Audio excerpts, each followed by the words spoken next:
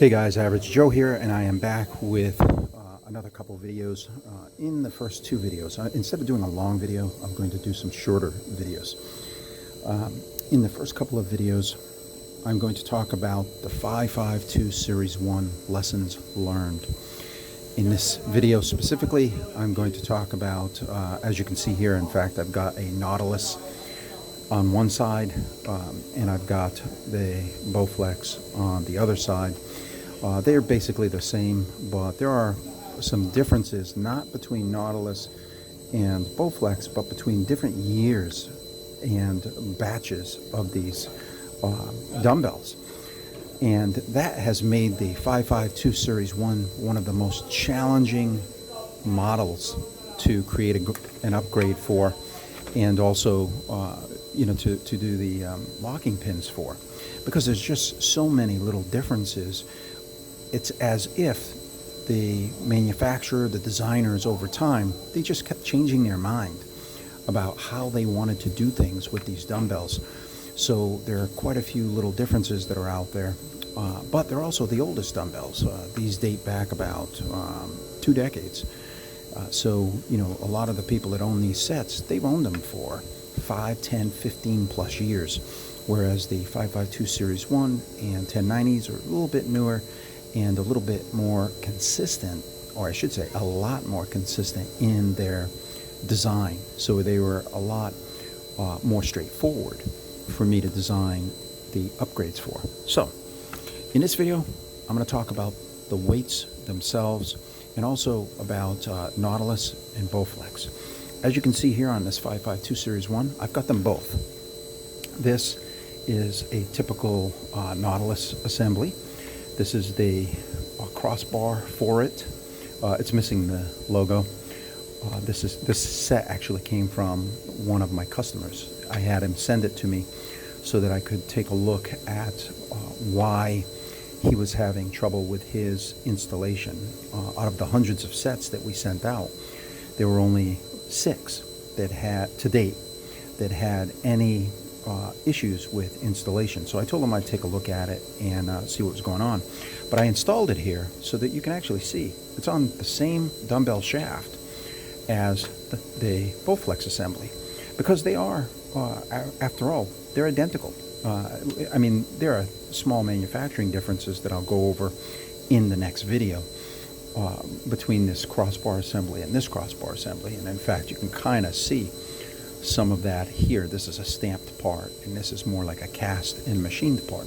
But overall, they're pretty similar. And one of the things that I wanted to show here is they both work with the upgrade with the dumbbells. The dials are going to turn just as freely. Oh, I should mention, so let me put these on 5 again so that you can see this. I should mention also that they're both upgraded with the locking pins here. I don't know. Yeah, you might be able to see that in there. There's a lock. That's my locking pin upgrade in here, and also the locking pin upgrade in there. So, so both of these have been upgraded, both with the discs and the locking pins, and the dials turn freely, and they pick up the plates just like you would expect from both of their assemblies. They're basically the same thing. So all of you Nautilus owners out there, you can use the upgrade too. It'll work for your setup. Now, there's a reason I'm missing these 2 plates. They're actually over here, and I'm going to talk about another customer who had an issue. Now you can see, by the way, that this has no issues with adjusting for the different weights. The problem that this customer had has been resolved, and I'll be sending this assembly back to him with his discs. So the other customer, and by the way, shout out to Paul. Paul, thank you for meeting me down in Massachusetts. Paul had brought up his weight set, and I brought my weight set down to meet him. And he was having a problem with his installation for the Bowflex. And we couldn't figure it out, so we met. And when we met, I tried my handle in his dumbbells and his handle in my dumbbells. And his handle worked fine in mine and not in his. And my handle worked fine in mine, but not in his. So we did the usual test, which I tell everyone to do, and I'll show you quickly here what I recommend. I tell you to take all your plates out and leave a pair. Put your handle in and make sure everything spins fine, and that when it's on an appropriate weight, in this case 52.5, it should pick up these two, and it does. And so you know that these plates are no problem. Set it back to 5, take your handle out, and add your next set of plates. Now in this set, you're going to notice something. These handles don't turn. You can't see it, but these handles turn much more difficultly. They require more force on these plates.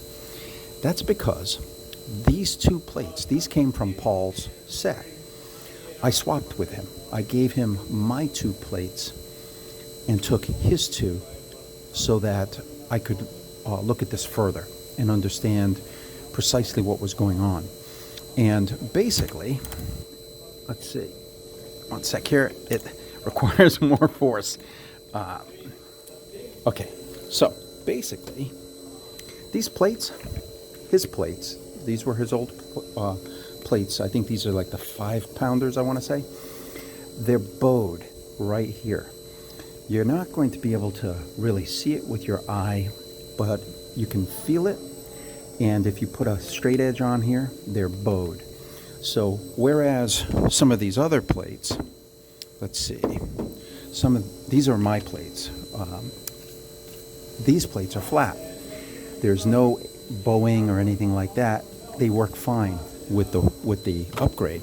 But because these are bowed, even though they're only bowed a tiny fraction of an inch, it's enough that it rubs on these discs, which means you only have a couple of solutions, because you're set.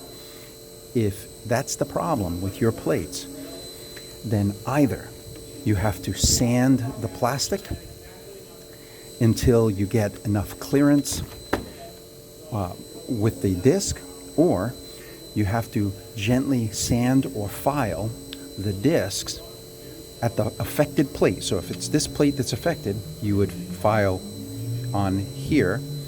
If it's this plate that's affected, you'd file in here. But basically, you would have to provide enough clearance for you to be able to put your your dumbbell handle down into your base and your weights, so that these freely turn. Now, if I take these 2 out, oh, by the way, for the remainder of the test, you would continue on, right? If these were okay, you would add your next plates, and you would once again put your handle into this, and you would turn your dials. But of course, like I told you, these plates are a problem, so you know everything's turning harder now.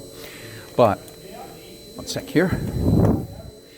But you would continue to run through the test all the way out until you put your final plates. And what you're trying to do is make sure that your handle works with all the plates, and that if there is a problem plate, if there is a bowed plate, you'll know right away, because you'll put the handle in and the dials will be difficult to turn. So I basically traded with Paul. I'll end up modifying these plates.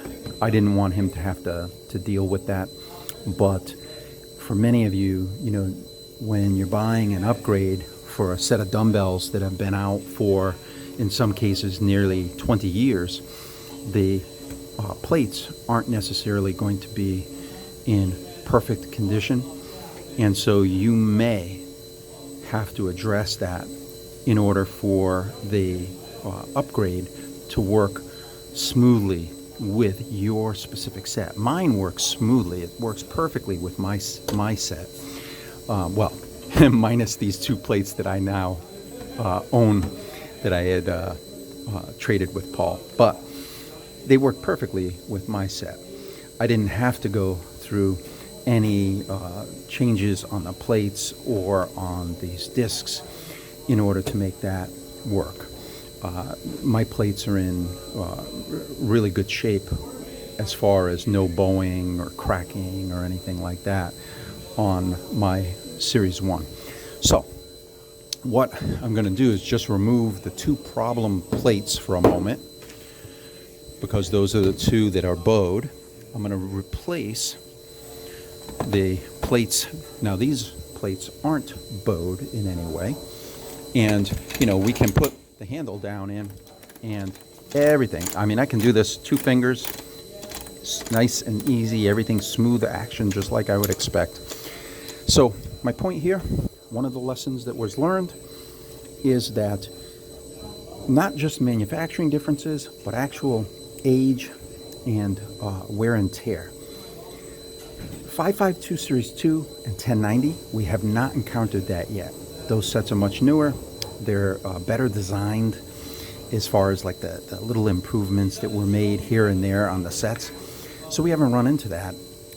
But on the 552 Series 1, we had 6 different customers with different issues like this. It's not the upgrade. The upgrade works for 99.999% of the customers out there. This is designed to work with the most, the highest number of dumbbells possible. It's the small variations in an individual set for an individual customer that's causing any little issues, and only on a tiny, tiny handful of customers. So that's the lesson learned about the bulging kind of plates and manufacturing differences with the plates. In the next video, I'm going to go over some of the differences with the crossbars and with the locking pins. Thanks for watching, and I will see you in the next video.